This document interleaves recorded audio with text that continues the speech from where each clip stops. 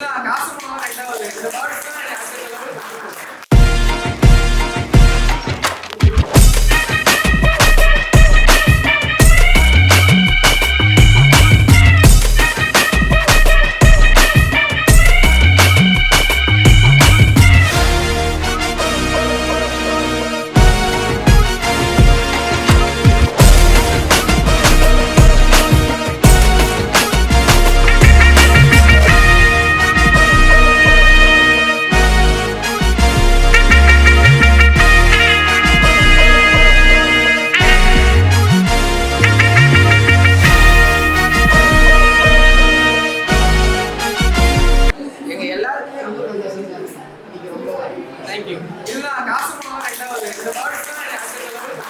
Class வந்து எங்களுக்கு ரொம்ப யூஸ்ஃபுல்லாக இருந்துச்சு. நான் வந்து பயோமேக்ஸ் இந்த கம்ப்யூட்டர் இதெல்லாம் வந்து அவ்வளோவா டெவலப்மெண்ட்ஸுமே கிடையாது எனக்கு.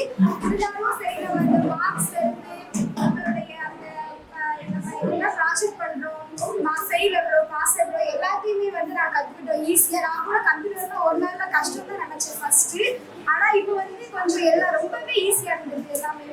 அது இல்லாமல் எப்படி வந்து டோட்டல் பண்ணுறது நான் சும்மா போட்டுட்டு ஃபோனில் போய் அப்படிதான் இருந்தோம். ஆனால் இப்போ ஃபுல்லாக எப்படி இந்த டவுட் இருந்தது. ஏன்னா ஸ்டேட் லெவலு டிஸ்ட்ரிக்ட் லெவலில் எப்படி மார்க் அப்படி அவங்க வந்து இது பண்ணுவாங்க அப்படின்னு சொல்லி எனக்கு டவுட் இருந்துச்சு. ஆனால் இப்போ இப்படி தான் அப்படின்னு சொல்லி இப்போ தான் கற்றுக்கிட்டதான் ரொம்ப தேங்க்ஸ் உங்களுக்கு.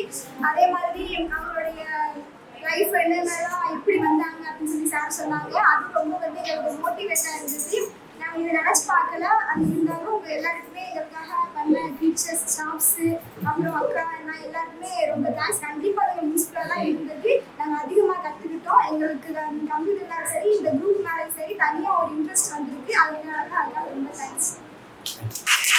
இந்த ஜிவிஎம் காலேஜில் படித்து இப்படிலாம் ஜாப்க்கு போக முடியுமா அப்படின்னு எதிர்பார்க்கல. ஆனால் நம்மளோட முயற்சியால் இப்படி இடத்துக்கு வந்தது ரொம்ப இதுவாக இருந்துச்சு. எல்லாமே நம்ம முயற்சி தான். நம்ம எங்கே சேர்றோம், எங்கே படிக்கிறோம் முக்கியம் கிடையாது.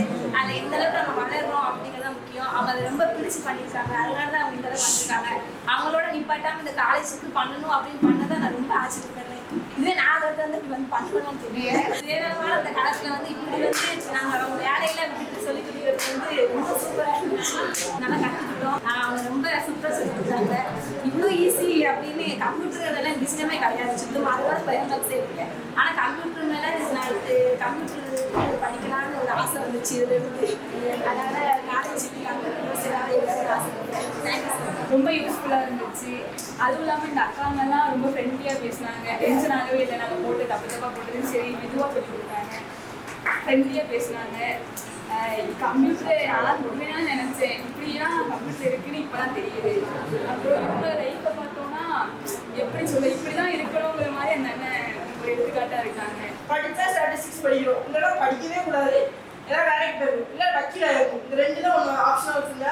அந்த மேம் எனக்கு பிடிச்சதுனால அந்த மேமுக்காக நான் படித்தது ஸ்டாட்டிஸ்டிக்ஸ். திரும்பி ஜிவிஎம் காலேஜுக்கு நான் காலைல 9 மணிக்கு மே 9 அட்மிஷன் போட வந்திருக்கேன். கூகுள் மேப்பில் தான் வந்தோம். எங்களுக்கு 3 பேர் வந்திருக்கோம். அட்மிஷன் போட்டால் நாங்கள் எப்படி இருக்கோம் அதை ரொம்ப